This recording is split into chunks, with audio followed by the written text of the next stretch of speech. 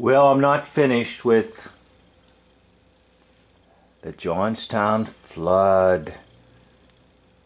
Yes, disaster hoaxing.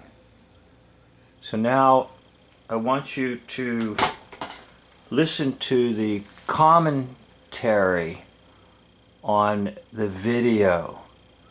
So you'll be hearing the voice of the director of the Johnstown Flood Museum over the actual video. So don't pay attention to the English text that appear, because those would be for the video. The commentary is over the video. So let's listen in as he wants to tell us about his favorite photograph.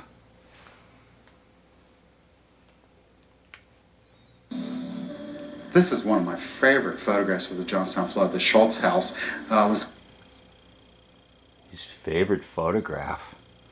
Let's take another look at it. Let's go backwards. There it is.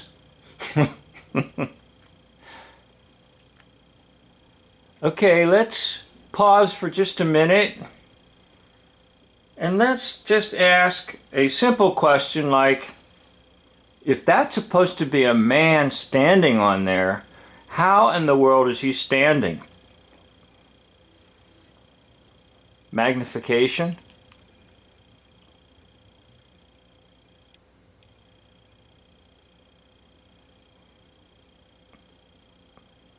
Does that look natural to you?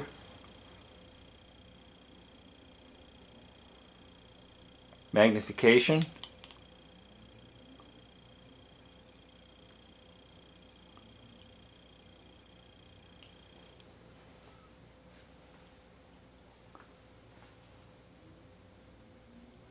How in the world is he standing upright like that? That's a good question. So, once again, another question to ask is, how is that big tree remaining out like that? What's holding it up? And if you watch my other videos, you'll see that there have been several versions of this house.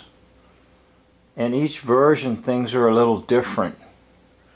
And in this particular version, as compared to the other versions that I showed in my original video on Johnstown flood, you can see the house on the right looks different than the house on the right in the other photographs. Basically, you're just looking at photographic trickery. Now, they knew how to create photographic tricks back in this era. Again, the year is 1889.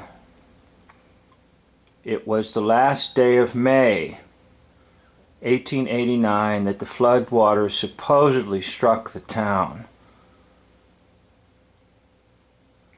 Well, let's listen in on the story, because it is his favorite photograph. was carried about half a mile by the flood wave, skewered by a tree. The photograph was taken timed. It was carried a half a mile.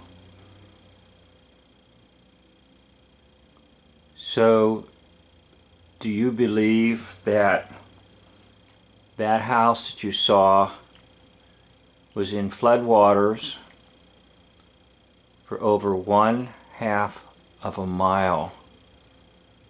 And somehow some tree got in the house and stuck there. I'm running the film backwards. Okay? So that tree just got stuck in there, and the house somehow traveled 1/2 of a mile.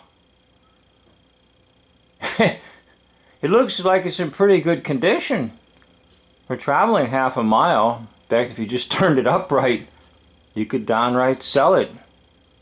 and get some good money out of it, right? So let's listen to this joker talk again and tell you about his favorite picture.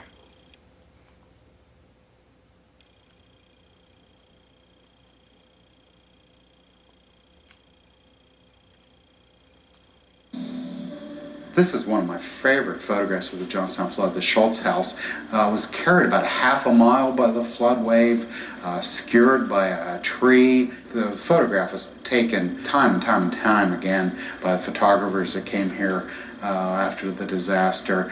Amazingly, there were 6 Schultz family members that floated. The house was carried half a mile by the flood.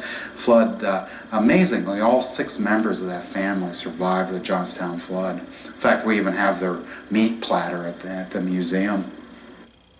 Amazingly, all 6 of them survived. They even have the meat platter.